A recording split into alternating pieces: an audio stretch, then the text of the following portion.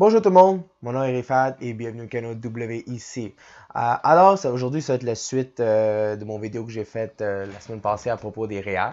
Alors maintenant, aujourd'hui, je vais faire la vidéo sur les pour et les contre d'un REER. Comme vous voyez, je suis déjà devant mon ordinateur, je suis un peu paresseux, je vais m'asseoir. Non. Mais non, on va vraiment partir tout de suite dedans, c'est pour ça que je suis là. Fait qu'on part ça. J'ai bâti un tableau un peu qui vous donne une idée sur c'est quoi les pour et les contre. Dans le fond, le but primaire de mettre dans les REER, c'est qu'on abaisse notre taux d'imposition, puis on reçoit un retour d'impôt à la fin de l'année en déclaration. Ici, j'ai le site web que je vais mettre le lien aussi, vers le site web dans la description. Fait que vous pourrez jouer aussi en mettant votre situation qui est à vous, puis faire des tests pour approximer combien vous allez recevoir en retour d'impôt. Ici, comme on prend la situation ici, que vous recevez, vous avez 75 000 par année, vous mettez 13 500 dans les REER, puis là, vous voyez Colombie-Britannique, qui reçoit à peu près 3 800. En Ontario, les autres sont 4 000, puis ici à Québec, ils vont recevoir 5 000. Fait que prévoir un peu un scénario à peu près approximé combien que chaque province donne, parce que vous avez le taux que le fédéral donne, puis là, le provincial vient aussi en donner.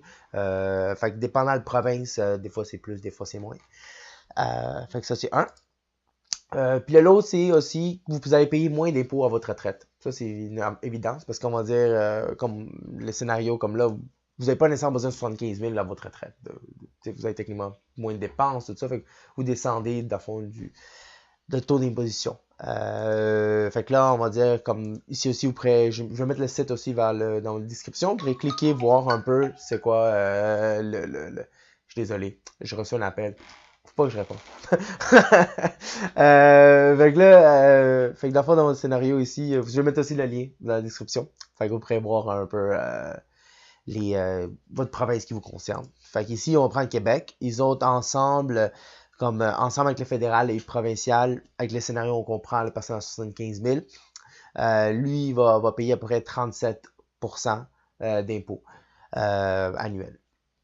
Mais si, exemple, dans son premier 43 000, fait que techniquement, vous avez pas besoin de 43 000 nécessairement aussi comme pour survivre, comme on dit, là, payer vos besoins. Vous avez payé 37. Fait que, puis en plus, je pense, je me trompe pas, le premier 11 000 quelque chose est non imposé. Fait que des fois, c'est exemple 43, mais exemple, vous allez retirer 43, vous payez juste 27% à la place de 37. Fait qu'Ontario aussi, ils ont leur situation à eux, qu'on prend le 75 000, les autres vont payer 29%, mais dans le premier 42 est à 20. Fait que vous voyez quand même, il y a 9% de différence que vous sauvez dans le fond. Fait qu'on va au troisième point. Vous pourrez quand même accéder au fond. Parce qu'ici, comme je mis, le premier contre, c'est que le REER est vraiment bloqué jusqu'à la retraite, mais vous pourrez quand même accéder au fonds. Si nécessaire, vous achetez votre première maison ou vous allez retourner à l'école. Fait que vous pourrez avoir accès sans nécessairement payer de taxes. Puis tout ça. Fait que ça, c'est une autre vidéo que je vais couvrir prochainement qui va vous donner une idée sur comment ça marche, ça. Fait que ça va être une autre, mais sans entrer plus en détail, c'est vraiment, vous pourrez quand même avoir accès, pas payer de taxes. Puis là, comme j'ai dit tantôt, les REER vraiment bloqués à votre retraite. Ça, c'est vraiment le négatif. C'est comme vous n'avez pas accès à ça. Puis c'est vraiment locked in, comme on dit, jusqu'à votre retraite. Puis d'un cas, vous allez retirer ça plus tôt. Vous allez payer des taxes vraiment énormes, spécialement pour du monde au Québec.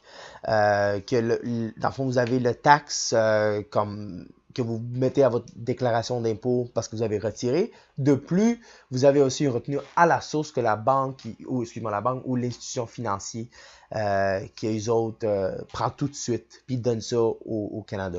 Fait que pour donner un exemple ici, comme je sais que c'est en anglais là, mais c'est comme donner une idée ici. Le gouvernement canadien, les autres, ils demandent 10% sur le premier 5 000. Puis ça, c'est de toutes les autres provinces. C'est vraiment 10%. Mais au Québec, pour le premier 5 000, vous allez payer 21%. Ça, c'est la retenue aux sources. Puis là, ça va de 5 à 15 000, excuse, c'est 26% pour le monde du Québec et 20% pour le reste du Canada. Puis 15 et en haut, c'est 30% pour le reste du Canada, puis 31% au Québec. Puis n'oubliez pas aussi de notre affaire, c'est que quand vous allez retirer l'argent, vous allez perdre l'espace de cotisation. Ça, c'est une des notes négatifs que vous avez. Là. C'est pas comme je viens de retirer 1000$, puis je vais le revoir l'année prochaine. Non, vous allez perdre. Par exemple, quand vous avez travaillé pendant plusieurs années, vous avez accumulé un espace de 50 000, vous avez décidé cette année, je retire toutes les 50 000, vous allez payer le retenu à la source plus comme vous allez déclarer ça dans votre impôt en disant, oui, j'ai retiré 50 000. Puis de plus, l'année prochaine, vous allez recommencer à zéro parce que vous n'avez plus d'espace. Fait que c'est pour ça que c'est un peu couvrant, puis c'est pas vraiment plaisant, on pourrait dire. Fait que c'est un peu le négatif. Fait que dans le fond, ça vous résume un peu l'idée sur... Je vais vous donner un peu sur l'idée de c'est quoi les pour et les contre d'un REER.